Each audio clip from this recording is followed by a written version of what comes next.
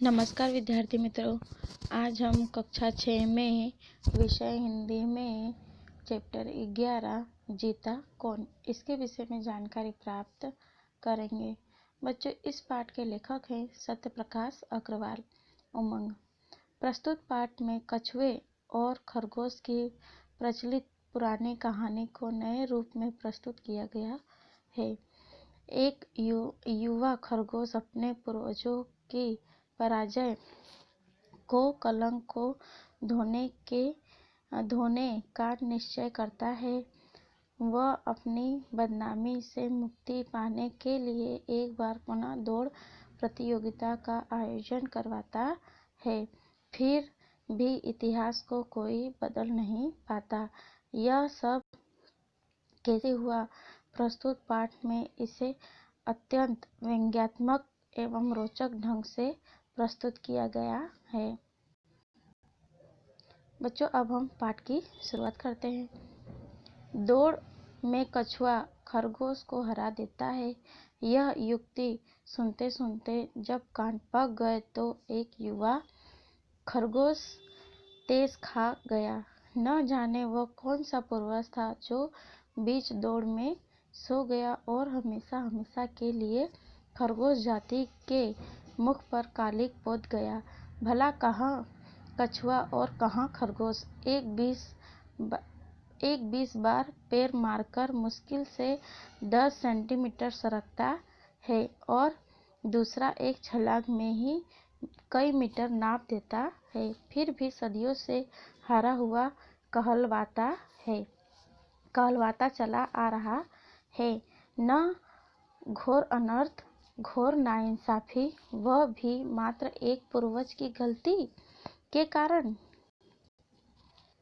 न जाने कौन सा नशा करके दौड़ा था कि फिर अपनी टांगों की उछाल और रफ्तार के घमंड में चूर हो गया था। बीच दौड़ में टांगे पसार कर बेफिक्र सो गया और अब कलंक का बोझ सारी कौम ढो रही है। कोई बात हुई भला? आहत खरगोश ने इस सदियों पुराने कलंक को धोने की ठान ली और शहर के कछुओं से भरे सबसे बड़े तालाब के किनारे जो एक बार फिर से दौड़ की चुनौती दे डाली। चुनौती की गर्जना सुनकर कछुए स्तब्ध रह गए। मुंह से एक बोल भी नहीं फूटा, उत्तर ही नहीं सूझा। दौड़ में अच्छी खासी प्राचीन ख्याति चली आ रही थी। आज यह कौन सिरफिरा चुनौती देने आ पहुंचा? हर कछुए ने जब से होश संभाला था खरगोश से दौड़ जीतने का तमंगा गले में लटका पाया था। अब इसे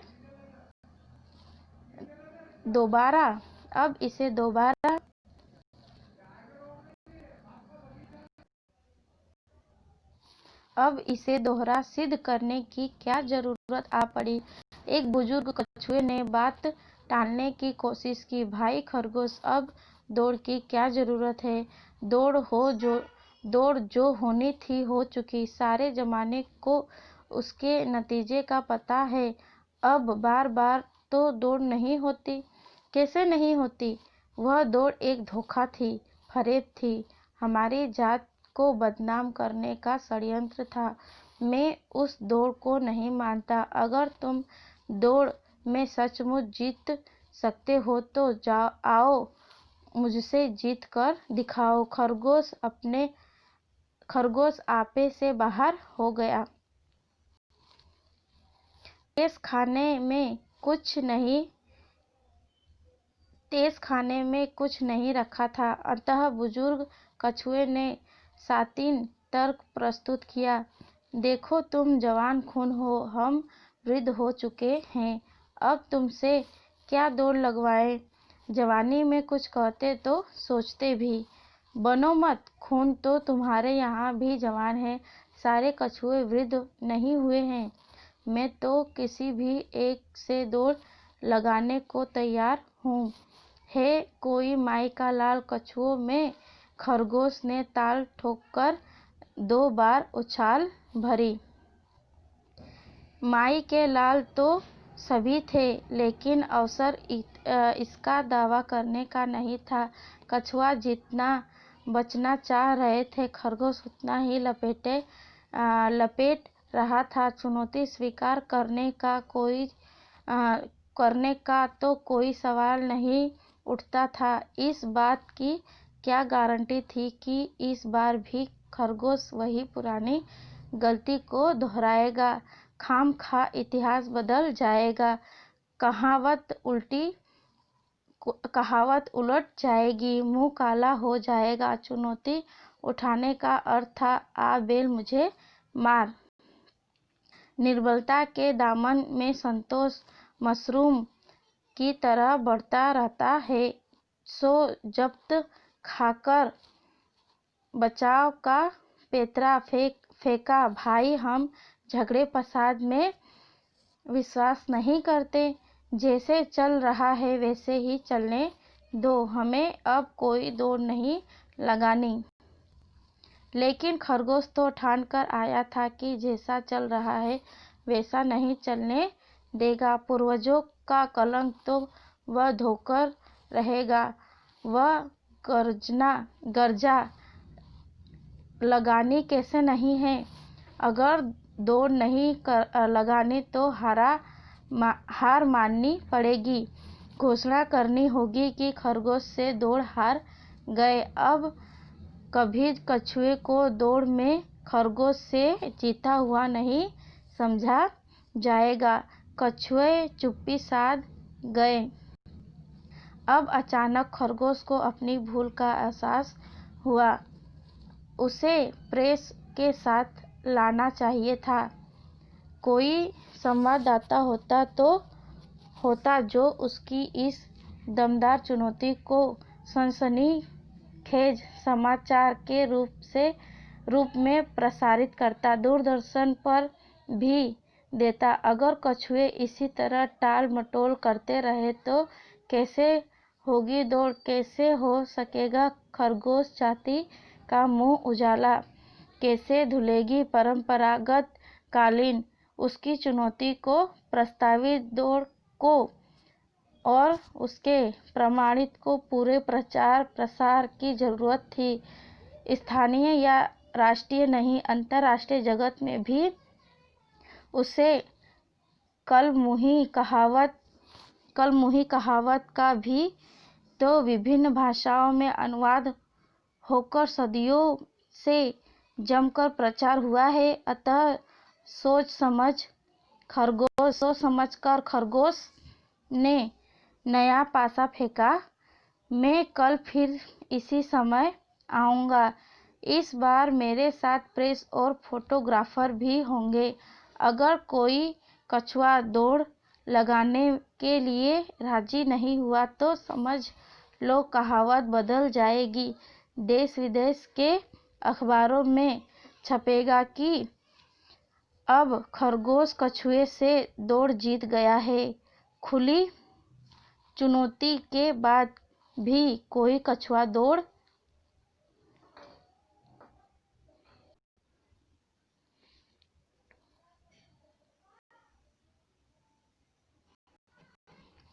मैं खरगोश को नहीं हरा सका। वह कहावत कोई तुम्हारी जागीर नहीं है जिसका फायदा तुम लोगों पीढ़ी दर पीढ़ी उठाते चले जाओगे। खरगोश तो अफनाता बिफनाता अगले दिन आने के लिए कहकर लौट गया, लेकिन कछुओं की चेतना घंटों तक नहीं लौटी। बैठे बिठाए किस मुसीबत में पड़ गए। सब ठीक ठाक चल रहा था। ये अचानक खरगोश की मति कैसे फिर गई। गहन मंत्रणा करने के लिए सभी कछुए अपने मुखिया के चारों ओर सिमट गए। चिंतातुर मुखिया की वाणी गंभीर हो गई। यह हमारे लिए घोर संकट की घड़ी है। लगता है यह खरगोश बिना दौड़ लगाए नहीं मानेगा और हम दौड़ को जीत नहीं सकते। मुझे कोई उपाय नहीं सूझ रहा है। हाँ, इस संकट में अगर हमारी कोई सहायता कर सकता है तो वह है मनुष्य। उसमें सोचने समझने की ताकत हमसे कुछ ज़्यादा है। ईश्वर ने उसके मस्तिष्क का आकार प्रकार हमसे बड़ा और ज़्यादा पेचीदा बनाया है। उसमें दिन रात नई नई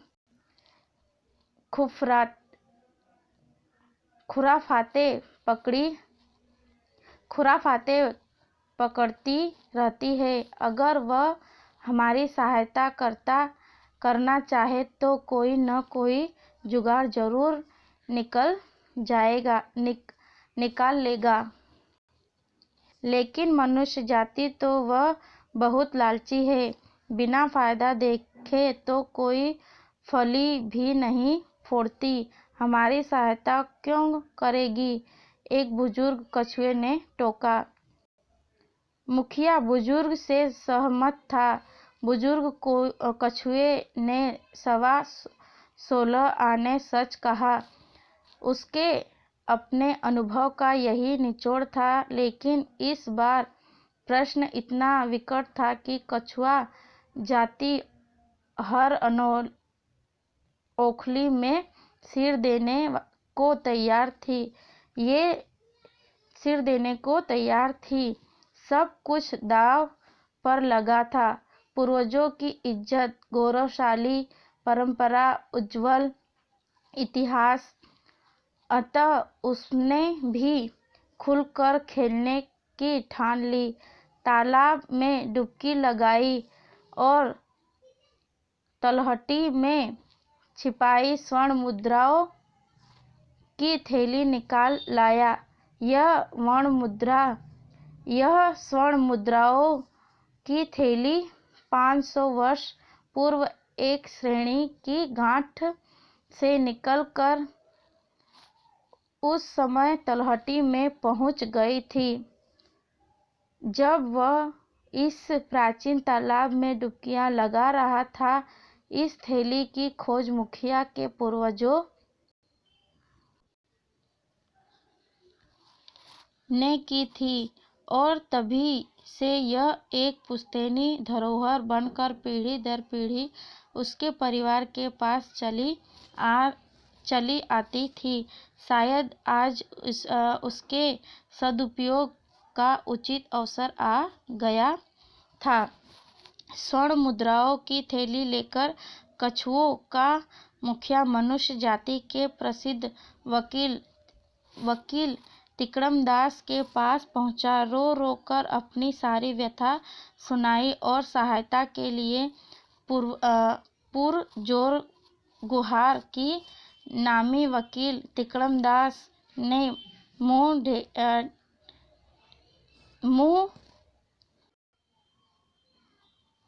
मुंह टेढ़ा कर लिया, उलाहना दिया।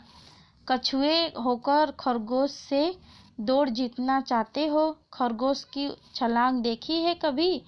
कछुए ने तिकड़मदास के सामने स्वर्ण मुद्राओं की थैली खोल दी। थैली खुलते ही स्वर्ण मुद्राएं बिखर कर फैल गई। तिकड़मदास ने आंखों में गिनती कर ली। खरे सोने की पूरी 21 मुद्राएं थी। सहज स्वाभाविक प्रतिक्रिया हुई। उसकी आंखों में चमक और आवाज से सहानुभूति उमड़ पड़ी। तुम मुझसे आखिर क्या चाहते हो? तिकड़मदास ने 2 मिनट सोचा, फिर स्वर्ण मुद्राएं बटोरी और बोला, जाओ, तुम्हारी इज्जत बची रहेगी। अब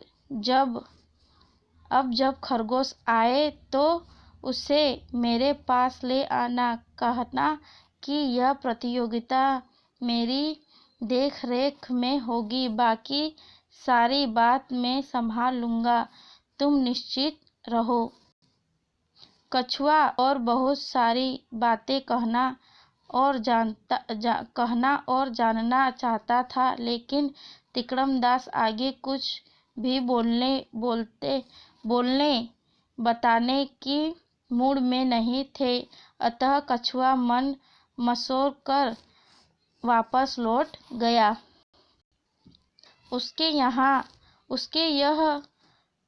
उसको यह नहीं बताया गया था कि तिकड़मदास सारी बातें कैसे संभालेगा। जब सारी कौम पर संकट हो तब भला मौखिक आश्वासन से मुखिया कैसे निश्चित हो सकता है। उसे तो यह भी नहीं बताया गया था कि दौड़ होगी या नहीं। दौड़ हुई तो जीत कैसे होगी। मुखिया के साथ साथ सारी जाति चिंतित थी। एक ने कह ही दिया, मुझे तो लगा है कि स्वर्ण मुद्राएं बेकार ही गई। मनुष्य भला खरगोश से हमें कैसे जिताएगा। हमारी जगह खुद तो दौड़ने से रहा। सुनकर मुखिया ने आंखें तसेरी। तू अभी मनुष्य स्वभाव को नहीं जानता। पैसों की खातिर वह सब कुछ कर सकता है। आज के दिन उसमें कहीं ईमानदारी बाकी है तो बस बेईमानी के कामों में ही तू देखता रहा। स्वर्ण मुद्राएं बेकार नहीं जाएगी। अपना तिकड़मदास कोई न कोई तिकड़म भिड़ाकर रहेगा। अगले दिन जब खरगोश आया तो कछुआ उसे तिकड़मदास के पास ले गया। खरगोश अपने साथ 2 प्रेस संवाददाता भी लाया था। खरगोश अपने जीत के लिए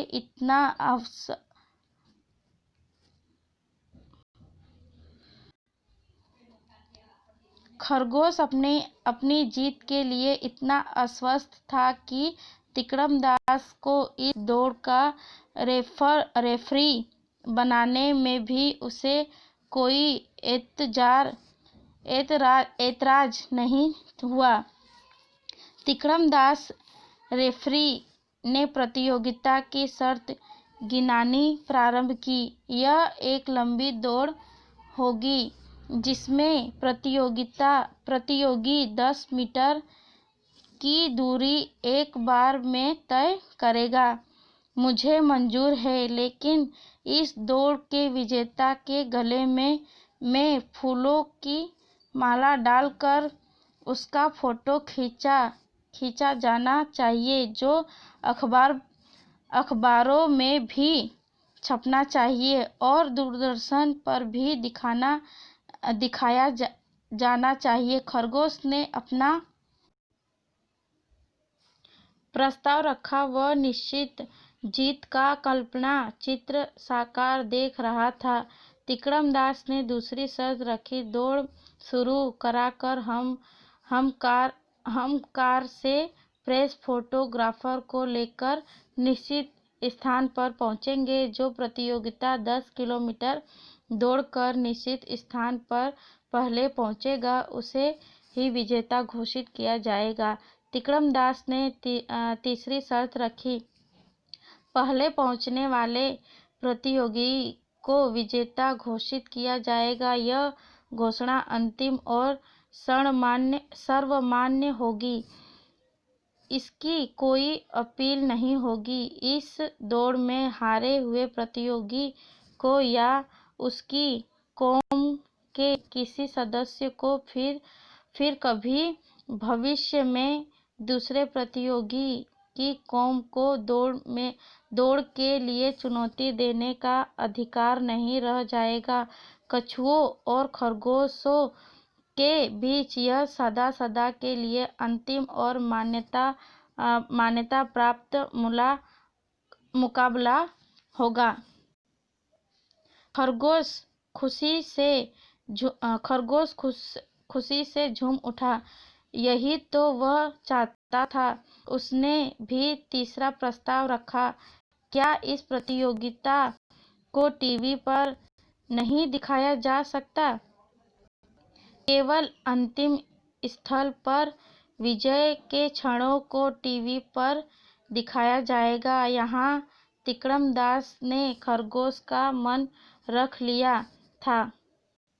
प्रतियोगिता का दिन और समय तय करके सभी चले गए थे, लेकिन कछुओं का मुखिया अभी भी सिर झुकाए चिंताग्रस्त खड़ा था।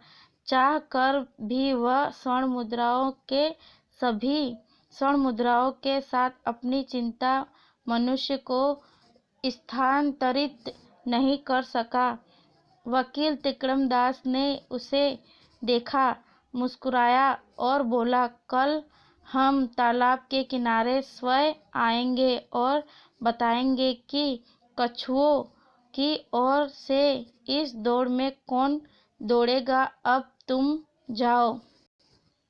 मनुष्य के पेचीदा मस्तिष्क और अपनी खरी स्वर्ण मुद्राओं पर आस्था जमाए विवश मुखिया लौट आया। अगले दिन वकील साहब टहलते हुए आए और कछुओं के प्रतियोगी का चुनाव कर गए। जो कुछ वकील साहब ने समझाया वह भी कछुओं ने भली प्रकार समझा। दो हमशक्ल जुड़वा कछुओं में से एक ने उसी समय प्रतियोगिता की अंतिम सीमा रेखा पर डेरा जमाने के लिए प्रस्थान कर दिया। निश्चित दिन, निश्चित समय पर निर्धारित स्थान से दौड़ प्रतियोगिता प्रारंभ हुई। पहली ही छलांग में खरगोश कछुए से प्रतियोगिता में आगे निकल गया। प्रतियोगिता सेफ्री तिकड़मदास की कार में फोटोग्राफ और प्रेस संवाददाताओं के चंद मिनटों में ही खरगोश से भी आगे निकल गए। जब गुब्बार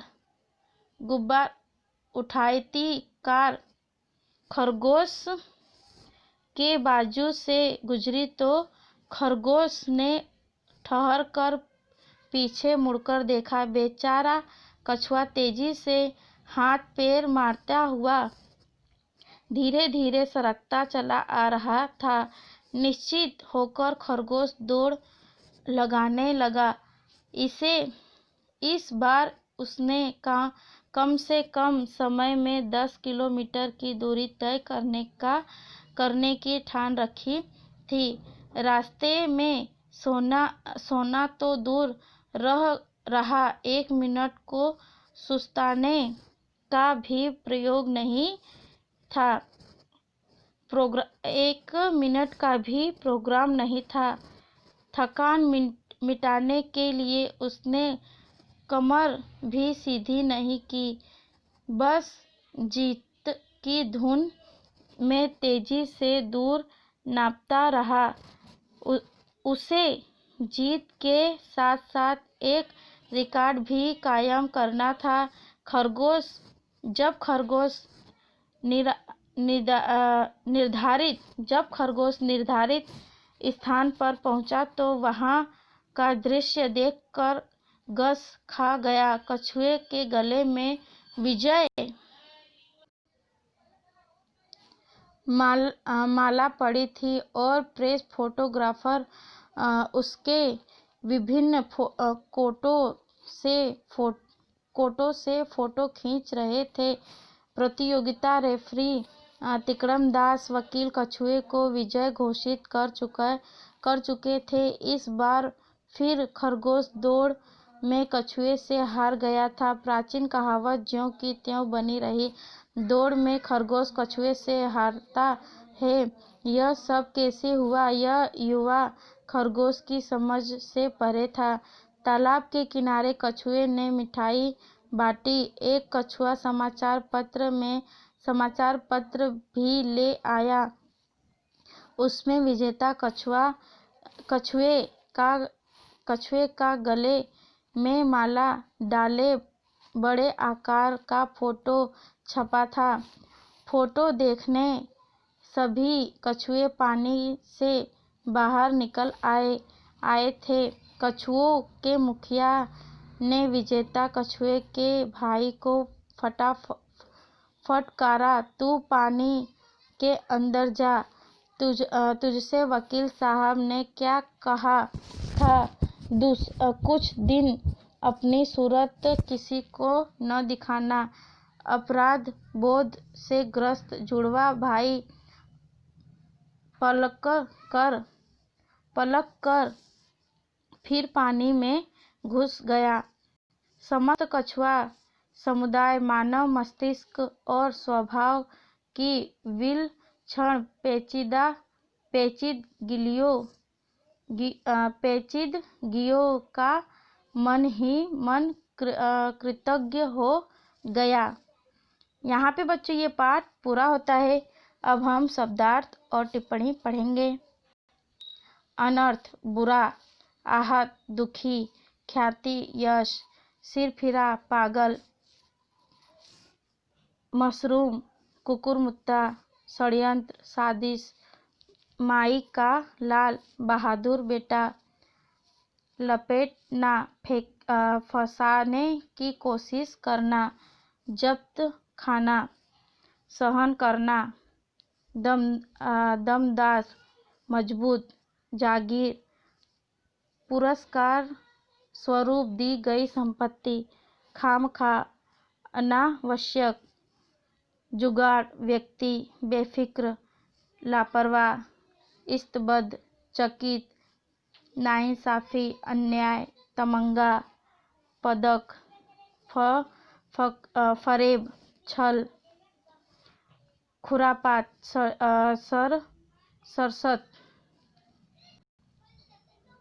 खुराफात, शरारत, कृतज्ञ, उपकार, श्रेष्ठ, सेठ, पुरजोर, पुरानी तरह, ऐतराज, आपत्ति, सर्वमान्य, सभी को मान्य, हमशक्ल, समान शक्ल वाला, विलक्षण, आरक्षण। मुहावरे हम देखते हैं बच्चों। कान पकड़ना, सुनते हुए उब जाना, मुंह काला होना, कलंक लगाना, चुप्पी साधना, चुप रहना, टांगे पसारना, अधिकार जमाना। कहावत, आ बेल मुझे मार, जानबूझकर मुसीबत को आमंत्रण देना।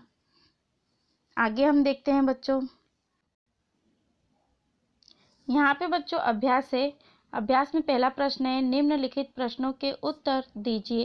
पहला प्रश्न है बच्चों, युवा खरगोश किस बात से नाराज था?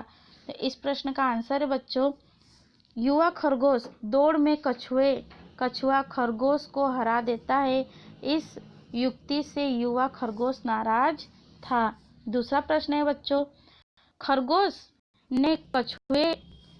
ने कछुओं को क्या ललकारा?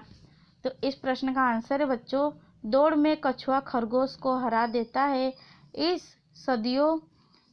सदियों पुराने कलंक को धोने के लिए खरगोश ने कछुओं को ललकारा। तीसरा प्रश्न है बच्चों, कछुए इस्तबद्ध क्यों रह गए? इस प्रश्न का आंसर है बच्चों, खरगोश की चुनौती की गर्जना सुनकर कछुए इस्तबद्ध रह गए। चौथा प्रश्न है बच्चों, मुखिया खरगोश ने सहायता के लिए मनुष्य को ही क्यों चुना? इस प्रश्न का आंसर है बच्चों,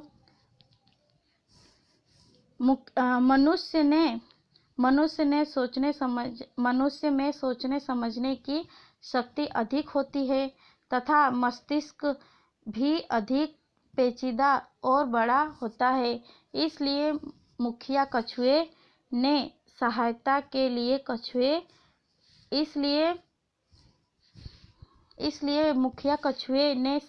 के लिए मनुष्य को चुना।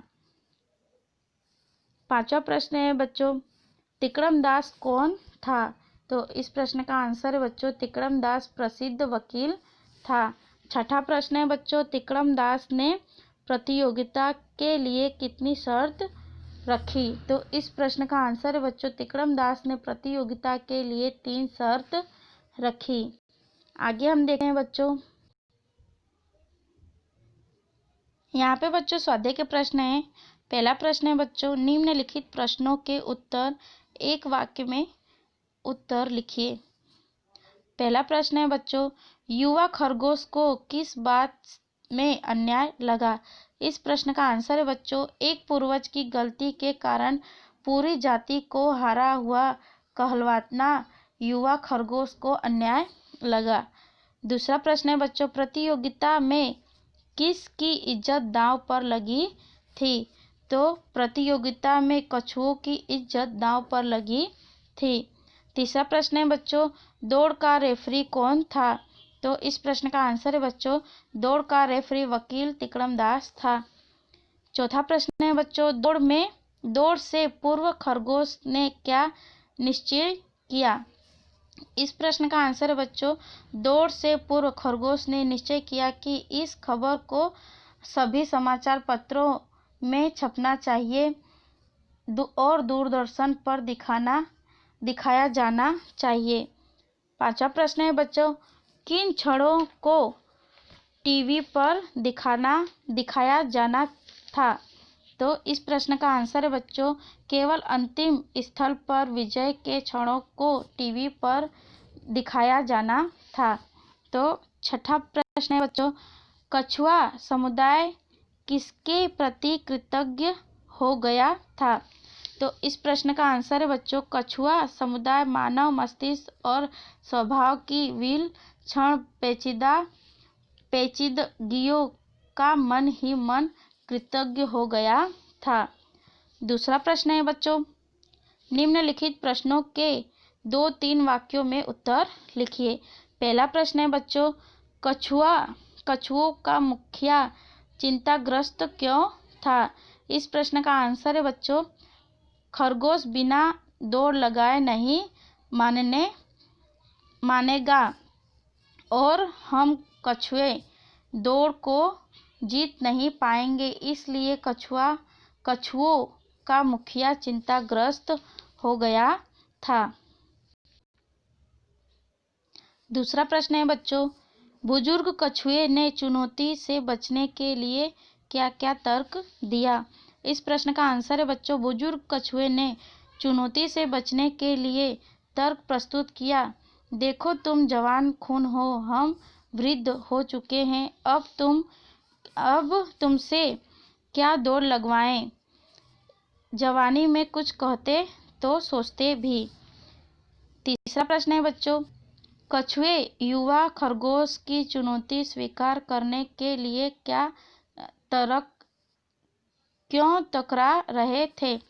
इस प्रश्न का आंसर है बच्चों, कछुए युवा खरगोश की चुनौती स्वीकार करने से इसलिए कतरा रहे थे क्योंकि इस बात की क्या गारंटी थी कि इस बार भी खरगोश वही पुरानी गलती को दोहराएगा। खामखा इतिहास बदल जाएगा, कहावत बदल जाएगी, मुंह काला हो जाएगा। चुनौती उठाने का अर्थ था आ बेल मुझे मार। चौथा प्रश्न है बच्चों, खरगोश ने कछुओं को उकसाने के लिए क्या क्या कहा? इस प्रश्न का आंसर है बच्चों, खरगोश ने कछुओं को उकसाने के लिए कहा, दौड़ तो लगानी होगी, अगर दौड़ नहीं लगानी तो हार माननी पड़ेगी, घोषणा करनी पड़ेगी कि खरगोश से दौड़ हार गए। अब कभी कछुए को दौड़ में खरगोश से जीता हुआ नहीं समझा जाएगा। पांचवा प्रश्न है बच्चों, तिकड़मदास का मौखिक आश्वासन क्या था? इस प्रश्न का आंसर है बच्चों, तिकड़मदास का मौखिक आश्वासन देते हुए कहा, जाओ तुम्हारी इज्जत बची रहेगी, अब जब खरगोश आए तो उसे मेरे पास ले आना, कहना यह प्रतियोगिता मेरी देखरेख में होगी, बाकी सारी बात मैं संभाल लूँगा, तुम निश्चित रहो। छठा प्रश्न है बच्चों, प्रतियोगिता के प्रथम शर्त क्या थी? प्रतियोगिता की प्रथम शर्त क्या थी? इस प्रश्न का आंसर है बच्चों, प्रतियोगिता की प्रथम शर्त थी यह एक लंबी दौड़ होगी जिसमें प्रतियोगी 10 किलोमीटर की दूरी एक बार में ही तय करेगा। सातवां प्रश्न है बच्चों, खरगोश ने तीसरा प्रस्ताव क्या रखा? इस प्रश्न का आंसर है बच्चों, खरगोश ने तीसरा प्रस्ताव रखा, क्या इस प्रतियोगिता को टीवी पर नहीं दिखाया जा सकता? आठवां प्रश्न है बच्चों, मनुष्य को लालची क्यों कहा गया है? मनुष्य बिना फायदा देखे तो एक फली भी नहीं फोड़ेगा, इसलिए मनुष्य जाति को लालची कहा गया है। आगे हम देखते हैं बच्चों, यहाँ पे बच्चों तीसरा प्रश्न है, निम्नलिखित प्रश्नों के उत्तर विस्तार से लिखिए। पहला प्रश्न है बच्चों, खरगोश ने कछुओं को क्या चुनौती दे डाली, क्यों? इस प्रश्न का आंसर है बच्चों, खरगोश ने कछुए का फिर से दौड़ की चुनौती दे डाली क्योंकि सदियों पुराने कलंक को धो डालना चाहता था कि दौड़ में कछुआ खरगोश को हरा देता है। दूसरा प्रश्न है बच्चों, प्रतियोगिता की तीसरी शर्त क्या थी?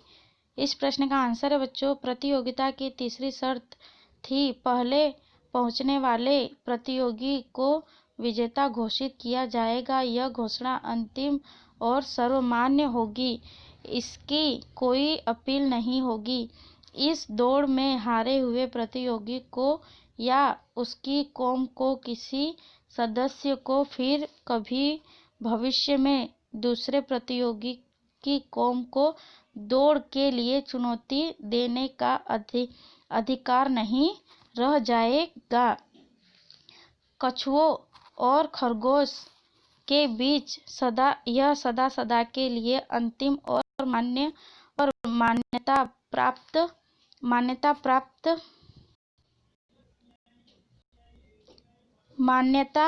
प्राप्त मुकाबला होगा।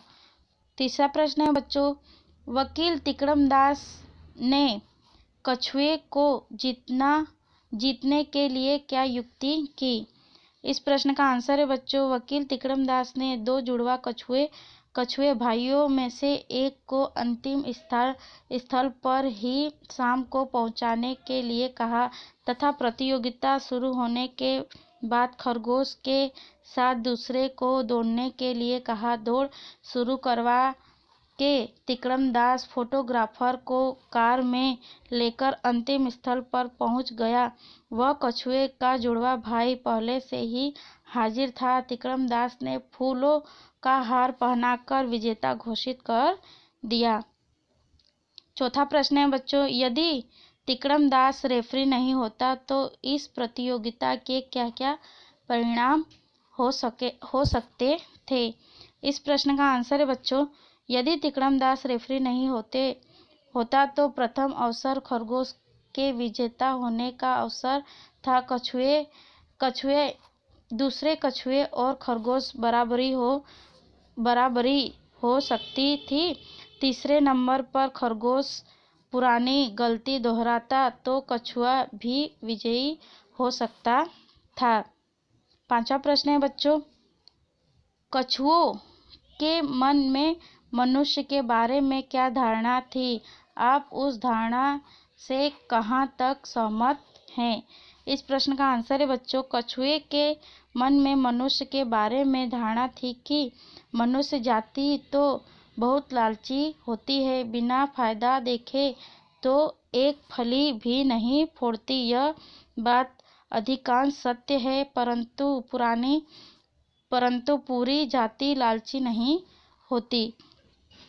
चौथा प्रश्न है बच्चों, निम्नलिखित विधानों को समझाइए। पहला प्रश्न है बच्चों, निर्बलता के दामन में संतोष मशरूम की तरह बढ़ता रहता है।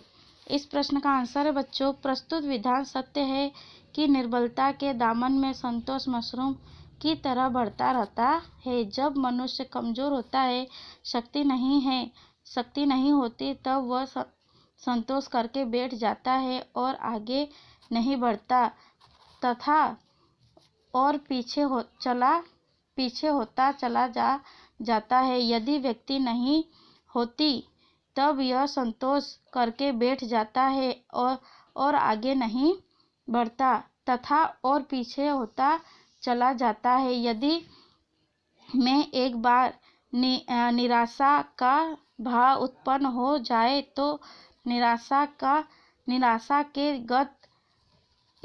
के गर्त में डूबते चले जाते हैं और हम सफल नहीं हो सकते। ऐसे में एक बार निराश का भाव उत्पन्न हो जाए तो निराश के गर्त में डूबते चले जाते हैं। दूसरा प्रश्न है बच्चों, आज के दिन उसमें कहीं ईमानदारी बची है तो बस बेईमानी के कामों में ही। इस प्रश्न का आंसर है बच्चों, वर्तमान समय बेईमानी, भ्रष्टाचार, अनैतिकता का प्रमाण बढ़ाता जा रहा है। वर्तमान समय बेईमानी, भ्रष्टाचार, अनैतिकता का प्रमाण बढ़ता जा रहा है। ईमानदारी कहीं दिखाई नहीं दे रही है। हर वस्तु में मिलावट, कम वजन देकर व्यापारी अपने ग्राहक का शोषण करता है। कर्मचारी अपने काम में काम चोरी करके बेईमानी कर रहा है। यदि आज ईमानदारी कहीं बची है तो बेईमानी के कामों में ही। लोग पैसा लेकर दूसरे की हत्या कर देते हैं। भ्रष्टाचार करके अफसर अधिकारी लोगों का काम कर देते हैं। तो आज कल ईमानदारी मात्र बेईमानी का काम में ही बची है। पांचवा प्रश्न है बच्चों, निम्नलिखित वाक्य किसने किससे कहा है। पहला प्रश्न है बच्चों, हमारे लिए घोर संकट की घड़ी है। पहला प्रश्न है बच्चों, यह हमारे लिए घोर संकट की घड़ी है। तो यह वाक्य मुखिया ने कछुओं से कहा। दूसरा है बच्चों, तुम मुझसे आखिर क्या चाहते हो, वकील तिकड़म दास ने कछुओं के मुखिया से कहा। तीसरा है बच्चों, तू पानी के अंदर जा, मुखिया ने कछुओं के जुड़वा भाई से कहा। चौथा है बच्चों, बनो मत, खून तो तुम्हारे यहाँ भी जवान है, युवा खरगोश ने बूढ़े कछुए से कहा। छठा है बच्चों, निम्नलिखित मुहावरों का अर्थ लिखकर वाक्य में प्रयोग कीजिए। बच्चों यहाँ पे हम अर्थ बता दे रहे हैं, आप लोग को वाक्य प्रयोग करना है। पहला है कान पकड़ना, सुनते हुए उब जाना। दूसरा है मुंह काला होना, संकट कलंक लगना। तीसरा है चुप्पी साधना, चुप रहना। चौथा है आ बेल मुझे मार, जानबूझकर मुसीबत को आमंत्रण देना। पांचवा है टांगे पसारना, अधिकार जमाना। बच्चों आप लोग को इसके वाक्य प्रयोग करना है। सातवां प्रश्न है बच्चों, निम्नलिखित शब्दों के समानार्थी शब्द लिखिए। पहला है फरेब तो धोखा, दूसरा है ख्याति तो यश, आहत तो परेशान। चौथा है विलक्षण तो असाधारण। पांचवा है एहसास तो अपकार। पांचवा है एहसान तो अपकार। छठा है कृतज्ञ। कृतज्ञ का समानार्थी शब्द है बच्चों, कृतज्ञ का समानार्थी है बच्चों एहसान मंद और श्रेणी का श्रेष्ठ। आगे हम देखते हैं बच्चों, निम्नलिखित शब्दों के विरुद्धार्थी शब्द लिखिए। पहला है अनर्थ का अर्थ, दूसरा है अन्याय का न्याय, तीसरा है जीत का हार, चौथा है मुसीबत का सहज, पांचवा है सच का झूठ, छठा है प्राचीन का आधुनिक और सातवां है बच्चों सदुपयोग का दुरुपयोग। यहाँ पे बच्चों ये स्वाध्याय पूरा होता है। आपने इस पाठ में अभ्यास और स्वाध्याय देखा और पढ़ा, और इस पाठ ये अभ्यास और स्वाध्याय आपको अपनी नोटबुक में लिखना है और ये पाठ पढ़ना भी है।